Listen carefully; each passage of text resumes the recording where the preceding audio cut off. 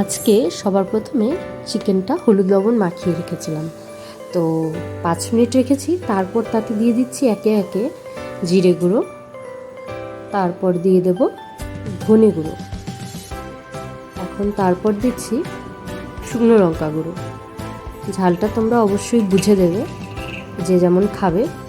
তো তারপর দিচ্ছি পরিমাণ মতো সর্ষের তেল দিয়ে এখন এতে আমি এক টুকরো লেবু ভালো করে চিপে দিচ্ছি, একটু টক টক ফ্লেভার আসবে। তো এটা পুরোটাই চিপে নিয়ে মাংসটাকে এখন মেখে নেব ভালো করে। তো এটাকে এখন ভালো করে মিক্স করে নেব, যাতে সব মশলা মাংসের সঙ্গে মিশে যায়। তো এখন এটাকে মাখা হয়ে গেছে, প্রায় ডলে ডলে মেখে নিচ্ছি। তো চিকেন অনেক রকমভাবেই রান্না করা যায়, তো আমি আজকে বানাচ্ছি কোরিয়েন্ডার চিকেন। তো এটা পাশে রেখে দিই, পাশাপাশি একটা পেস্ট তৈরি করে নিই। যেহেতু কোরিয়েন্ডার চিকেন বানাচ্ছি, ধনেপাতা মাস্ট। তো এখানে ধনেপাতা প্রথমে দিয়ে দিলাম মিক্সির জারে, তারপর একে একে দিয়ে দিলাম পেঁয়াজ কুচি, রসুন, আদা, লঙ্কা, টমেটো। একটা স্মুথ পেস্ট তৈরি করে নিলাম। দেখতেই পারছো কি সুন্দর গ্রিন কালার এসছে। তো এটাকে চলো ঢেলে নিই।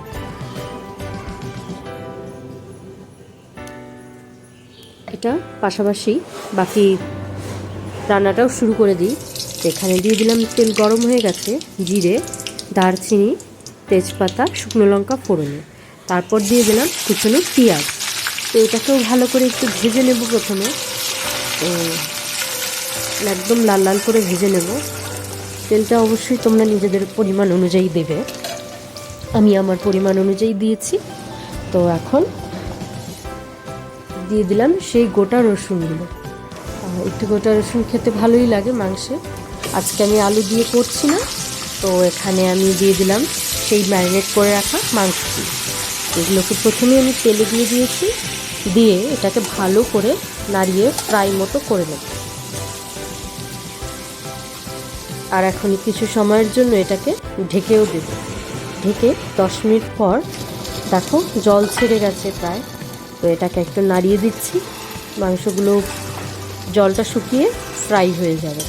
হালকা ফ্রাই করতে হবে, বেশি ফ্রাই করা যাবে না, কারণ ওই মশলাটার সঙ্গেও মাংসটাকে কষাতে হবে। তো এখানে একটু ফ্রাই হতে থাক, আর একটু সময় 5 মিনিটের জন্য ঢেকে দিলাম।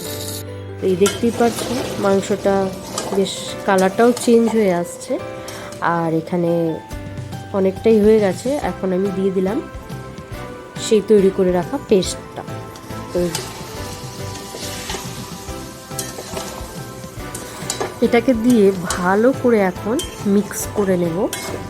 তো মিক্সির বাটিটা ধুয়েও বাকি জলটুকু দিয়ে দিয়েছি, দিয়ে এখন এটা হিটটা লো করে ঢেকে দেবো কিছু সময়ের জন্য। তো এখানে 10 মিনিটের জন্য ঢেকে দিয়েছিলাম।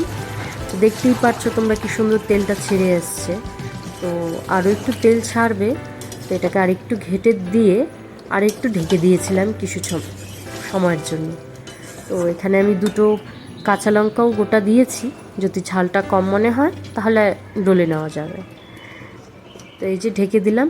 এখন 5 মিনিট পর এই দেখো কি সুন্দর তেলটা ছেড়ে এসছে, কালারটাও কত গাঢ় হয়ে গেছে। এখানে আজকে আমি হলুদটাও কম দিয়েছি, আর একটু শুকনো লঙ্কা দিয়েছি, আর এই গ্রিনে একটা আলাদাই কালার এসছে। তো এই দেখো অনেকটাই সেদ্ধ হয়ে গেছে প্রায় মাংস। তো চলো এটাকে একটু ভালো করে কষিয়ে নিই।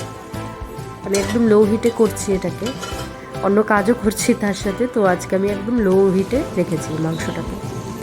তো এখন পরিমাণ মতো একদম সামান্য জল দিয়ে দিলাম, কষানো হয়ে গেছে মাংসটা। তো এখন এই দেখো জলটাও মিক্স করে দিচ্ছি এর সাথে। তো তোমরা দেখতেই পারছো জলটা কি সুন্দর মিশে গেছে, এখন তেলটা ছাড়বে। তো আমি এটাকে একদম আরও লো হিটেই রেখে এটাকেও আবার কিছু সময়ের জন্য কষিয়ে নেব। তো এখন ওপর থেকে দিয়ে দিলাম গরম মশলাগুলো, দিয়ে এটাকেও ভালো করে মিক্স করে নেব। তো মাংস তো গরম মশলা ছাড়া চলবেই না, প্রথমেও দিয়েছিলাম আমি গোটা, তো এখনও দিলাম। আমার কাছে গন্ধটা বেশ ভালো লাগে। তো চলো হয়ে গেছে, তেলটাও ছেড়ে গেছে। নামিয়ে নিয়েছি গামলায়। দেখতেই পাচ্ছ কি সুন্দর কালারটা এসছে। তোমাদের যদি ভালো লাগে অবশ্যই একটা লাইক করে দেবে, কমেন্ট করে দেবে, আর অবশ্যই রান্নাটা ট্রাই করবে, করে আমাকে কমেন্ট করে জানাবে কেমন হলো খেতে।